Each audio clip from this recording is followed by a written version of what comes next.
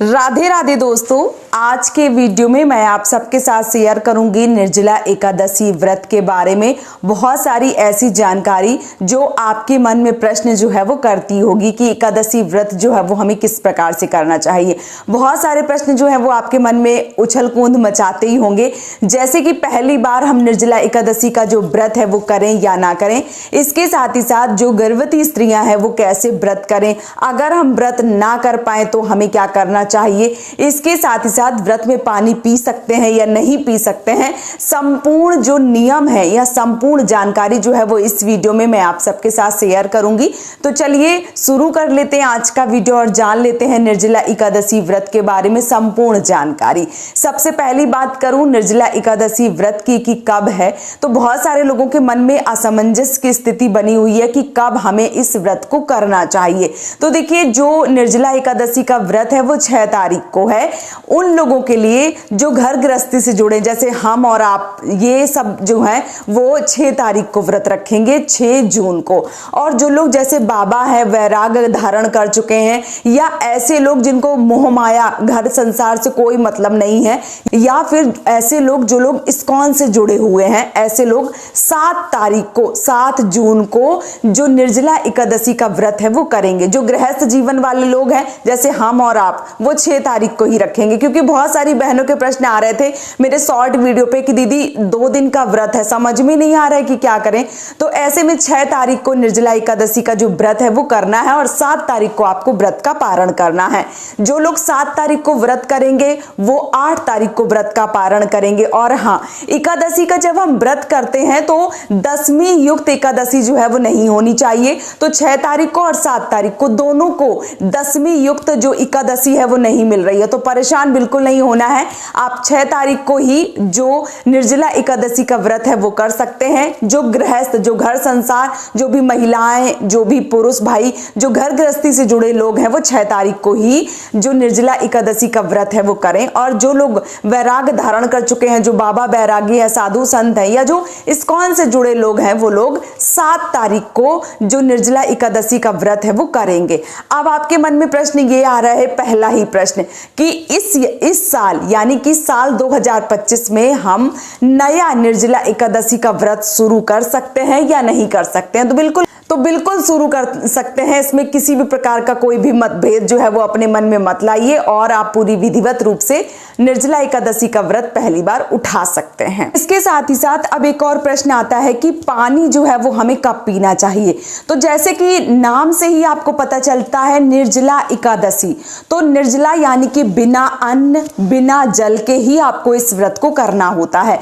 अगर आप इस एकादशी को यानी कि निर्जला एकादशी को अगर आप 24 घंटे व्रत रख लेते हैं, 24 घंटे अगर आपने व्रत रख लिया है, तो आपको 26 एकादशी का पूर्ण फल मिलेगा। यानी कि साल में 24 एकादशी होती हैं, और अगर आप पूरे 24 घंटे का व्रत रखते हैं तो जो अधिक मास में 2 एकादशी और पड़ती हैं, उन समस्त एकादशी का जो फल है वो आपको मिलता है। लेकिन अगर आप 12 घंटे पानी नहीं पीते हैं, यानी कि सुबह सूर्य भगवान निकल आने के बाद में सूर्य अस्त तक अगर पानी आप नहीं पीते हैं, तो आपको 12 एकादशी का पूर्ण फल मिलता है।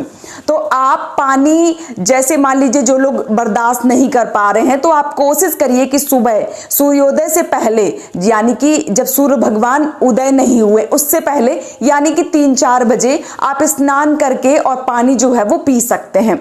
और उसके स्नान करके ही पिए, इस बात का विशेष रूप से ध्यान रखें। उसके बाद जैसे सूर्य भगवान निकल आते हैं तब से लेकर और सूर्य अस्त जब हो जाते हैं, जब भगवान सूर्यदेव जो है वो डूब जाते हैं, डूबने के कुछ देर बाद अगर आप पानी जो है वो पिए तो ये सर्वोत्तम है। क्योंकि इससे क्या होगा, आपका 12 घंटे का जो व्रत है वो पूर्ण हो जाएगा और आपको 12 एकादशी का पूर्ण फल जो है वो मिल जाएगा।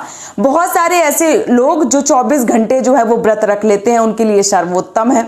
जो लोग 12 घंटे भी व्रत नहीं रख पाते हैं या 24 घंटे भी व्रत नहीं रख पाते हैं, उनके लिए एक उपाय मैं बता दूं आप सबको कि ऐसे लोग निर्जला एकादशी वाले दिन अन्न ग्रहण ना करें।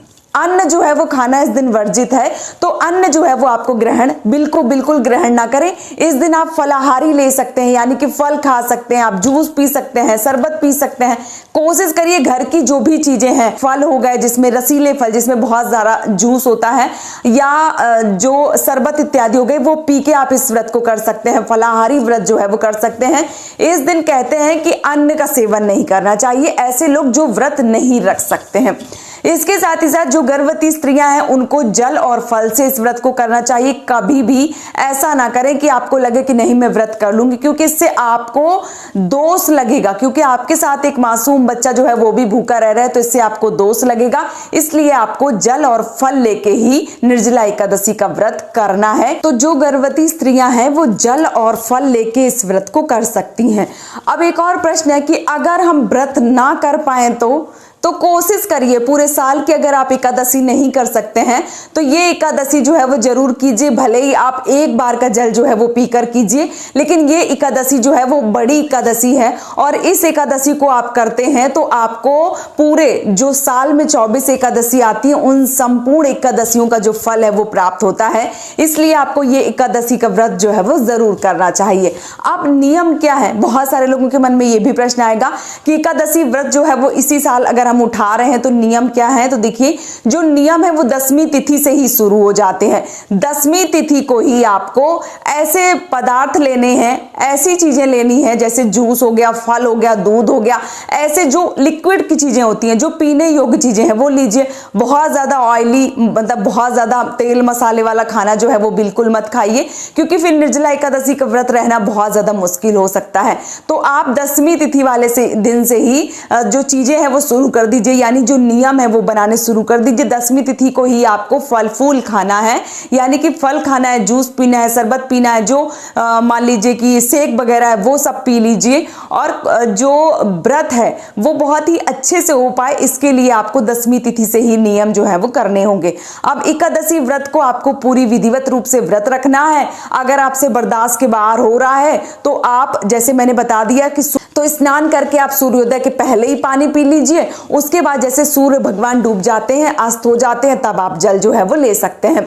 और अगर आप ऐसा करने में सक्षम नहीं हैं तो फिर आप दिन में एक बार पानी जो है वो पी सकते हैं। किस प्रकार से, अगर आप पूर्ण फल चाहते हैं तो आपको एक थाली लेना है, जैसे कांसे की थाली जो है वो लेना है। कांसे की थाली में थोड़ा सा गंगा जल डालना है, आप तुलसी पत्र जो है वो भी डाल सकते हैं। उसके बाद जल डालिए और जैसे गाय पानी पीती है ना, ऐसे मुंह लगा के, उस प्रकार से आपको पानी जो है वो पीना है, जल पीना है। एक सांस में जितना पानी आप पी सकते हैं उतना पी लीजिए, उसके बाद छोड़ दीजिए। जैसे करवा चौथ में हम पहली बार पीते हैं ना, उसी प्रकार से एकादशी व्रत में अगर आप पानी पीते हैं तो इसका कोई दोष जो है वो नहीं लगता है और आपको पूर्ण फलों की प्राप्ति होती है। तो आप ऐसा भी कर सकते हैं। इसके साथ ही साथ आचमन आप कर सकते हैं और जो जल है वो कुल्ला कर सकते हैं अगर आप पूरे नियम से करना चाहते हैं तो एकादशी व्रत के ये कुछ नियम है, ये कुछ बातें हैं, ये कुछ प्रश्न जो मैंने इस वीडियो में कवर किए हैं। उम्मीद करती हूँ कि ये वीडियो आप सबको पसंद आया होगा। वीडियो पसंद आया तो आप हमें सपोर्ट जरूर कीजिए, इस चैनल को सब्सक्राइब कीजिए, वीडियो को लाइक कीजिए, ताकि पूजा पाठ से जुड़े सभी आपको वीडियो मिलते रहें। आज का ये वीडियो मैं यहीं पे समाप्त करूंगी। बहुत जल्दी मिलूंगी एक और नए वीडियो के साथ में। तब तक के लिए राधे राधे।